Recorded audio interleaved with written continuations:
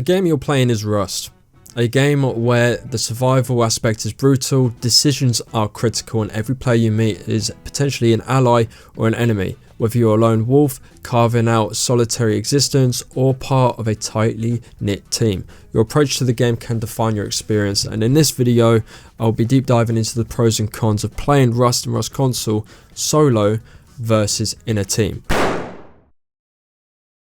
Now first off, whether you're a new player or a seasoned veteran on this game, this video will apply it to you, and you might find some things out that you didn't know in the first place as to which path you want to take, whether it's being solo or being within a team. A little bit about myself.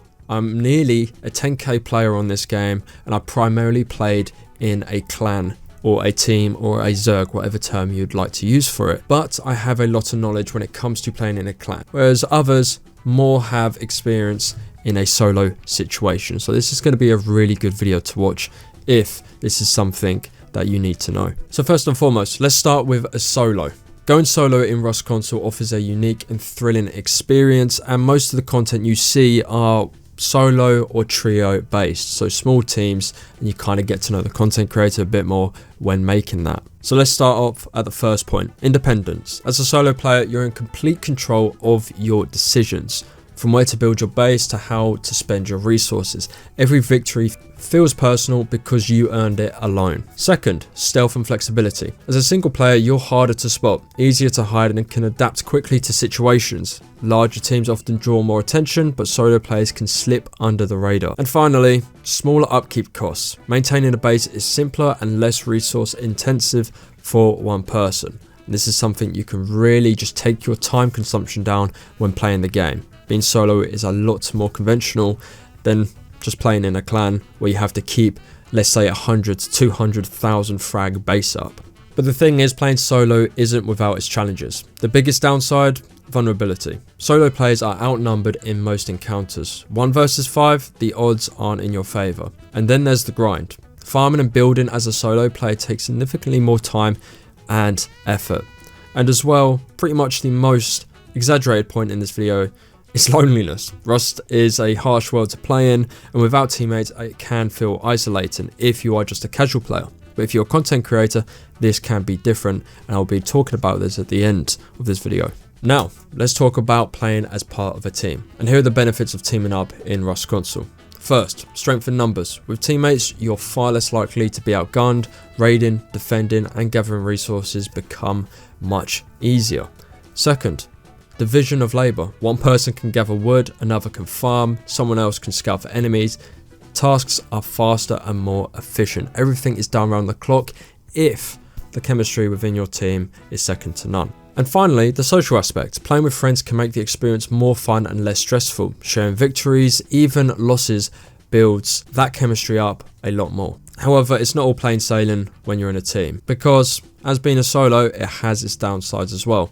That being, first, coordination. Managing and communication and strategy can be difficult, especially with large groups. Second, increased upkeep. Larger bases require more resources to maintain, which means constant farming.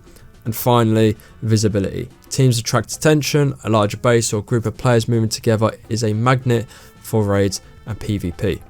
So let's talk about my personal opinions of solo versus a clan.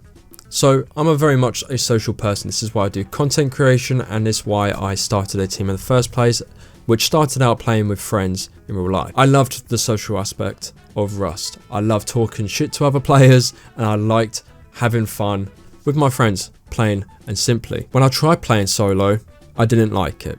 Yes, there was more things to do, however the social aspect was just out the picture. And if you're someone that really isn't bothered about being social with other players and likes to just play the game alone to see how well and how far you can get, then playing solo is for you.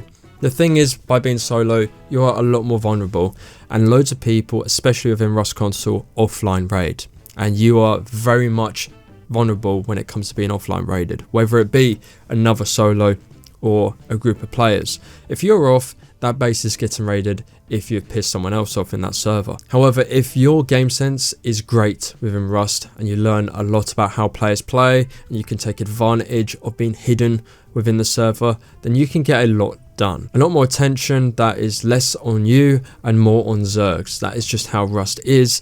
So not being in a team has its perks of not being in the spotlight most of the time. And finally, which is the most important one, is what you want to get out of this game. So if you want to have loads of PvP, build near a Zerg. If you want to do loads of raids, then build similarly to other solos or duos so you can raid them, whether it be on or offline. But the thing is with being solo is that you see a lot of content creators who are solo in this case, or in duos or trios, or play with a small amount of friends. Most of the time you kind of have to talk to yourself and narrate to the camera and basically talk about what's happening, and this gets the viewer immersed, which is very important and why loads of people basically are solo creators. The biggest on the platform being Obi, he's pretty much a solo and narrates his own videos, and you can really kind of gauge and get the full experience of what it was like playing that server in his videos, because pretty much it's him and you kind of get latched onto that and attached and are eager to see what happens next. Whereas in a group, for example, such as a clan, you don't really get that because there's so many people. You watch for the camaraderie and the laughs that the team has, but you don't really have a personal attachment to them because it's multiple people, not just one person. But being with a clan, and from my experience of leading a clan for over 2 years, is that there's a lot of great and lots of not so great moments. There's so many downsides to being in a team. One, if you have a team that's active on wipe day, you build a big base, but then other people have stuff going on and slowly you lose numbers. Not only does that, make you have a disadvantage in fights because people think you're going deep, so they'll run deep, but also the upkeep on your base. People just won't farm for it, people will lose motivation. There's a lot more downsides than I would say upsides with playing in a clan, and it's very demanding from a content aspect as well.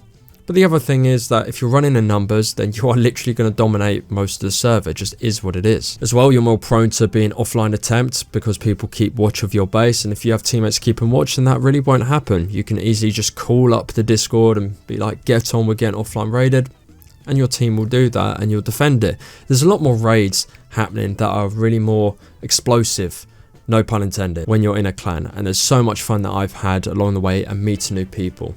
Remember, the thing I like about this game is being the social aspect of it. So meeting new people and recruiting them into CNQR was something I really liked doing, and getting to know other people. So all in all, what's the verdict? It all depends on your playstyle and goals. Do you prefer independence and stealth, or do you thrive in teamwork and coordination? Both paths offer unique challenges and rewards. And something importantly that I didn't note within the downsides of being in a clan is getting insided. Insided is basically where your base, your codes and everything is gone from a traitor within the base. If you piss someone off and you really don't know them that well and you've just recruited them, they could take your whole base whilst you're all offline. Or there's a lot of arguments and disagreements, which obviously leads to people being demotivated and not playing the game as much. So a lot of progression that could be done within the first or second day of wipe really goes to shit if the rest of the team ain't pulling their weight for the remainder of the wipe. So whatever you choose, just remember that Rust Console is about adapting to your environment and overcoming those challenges within the server. And whether you're a solo survivor or part of a clan, every moment is a story waiting to unfold. And this is something that a lot of people love to document in their videos, and why solo is better for the content side.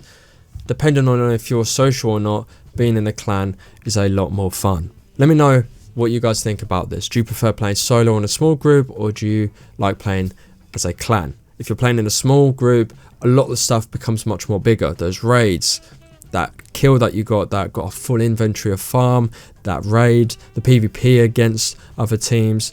Whereas if you're in a clan, all of that feels a little bit more smaller. You have to search for other clans to kind of get that same level of high as you do if you're a trio. Let me know what you guys think in the comment section. Thank you for watching. Subscribe if you're new around here, and like the video if you enjoyed it, and dislike it if you disliked it. As always, take it easy and see you in the next one.